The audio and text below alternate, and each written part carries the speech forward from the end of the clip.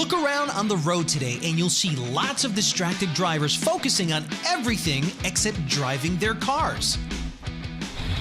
We've heard so much in the news about attempts to develop a car that drives itself, sometimes with disastrous results. So I went to ask Jake Fisher about it.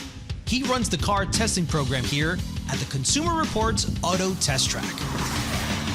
Jake, I've been hearing the term self-driving cars forever. Well, I'm really sorry to disappoint you. There are not any self-driving cars out there, despite what you've heard. While the auto industry is working feverishly to develop a car that drives itself, Jake says we are a long way from it being readily available to us all. There are cars that can turn the steering wheel for you, but self-driving, I mean, autonomous cars, that is something that is a thinking machine. There's nothing that can do that right now. So here's the deal. You've got cars now that can see. There's cameras on the car, there's radar on the car. They could hit the brakes for you. They could warn you if you're going out of your lane. They could warn you if you're about to crash. What do you guys call them? Well, I mean, everyone's calling them different things, and that's why there's so much confusion about it. I'm still excited to learn more about what's out there, so Jake has agreed to show me some of the most advanced technology now being built into cars. All right, let's do this. It won't do the driving for you, but it can keep you out of trouble when you're behind the wheel.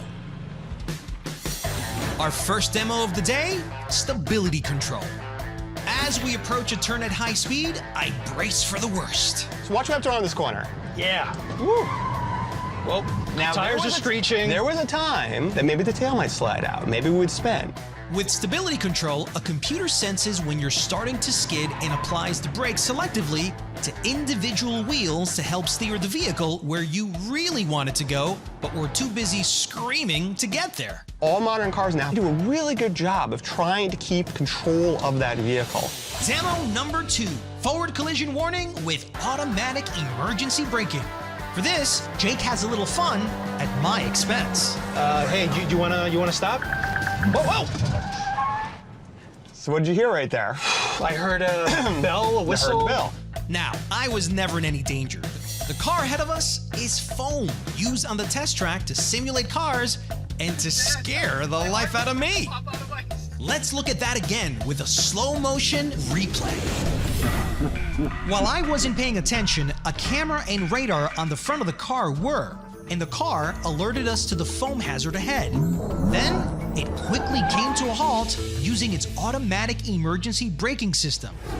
So, what I'm learning today, forward collision warning and automatic emergency braking can be lifesavers. It's so funny because I always thought that cameras was just about backing up and not bumping into something, but they scan the whole road while you're driving to make it safer for us.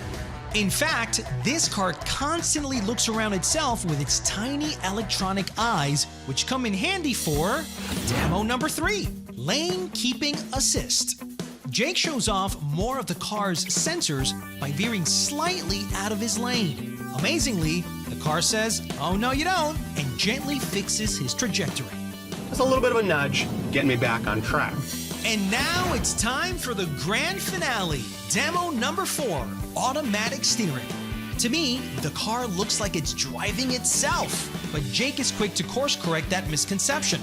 This vehicle still needs a human behind the wheel. You're not driving. I can't believe that. I'm driving because I'm in control of what's going on. I'm responsible about what's going on. It's automatically steering, but it's not thinking. There are a lot of fascinating features, but they don't add up to a self-driving car that's available at your local dealership yet. So for now, it's best to stay alert, don't get distracted, don't speed, and keep your hands on that wheel.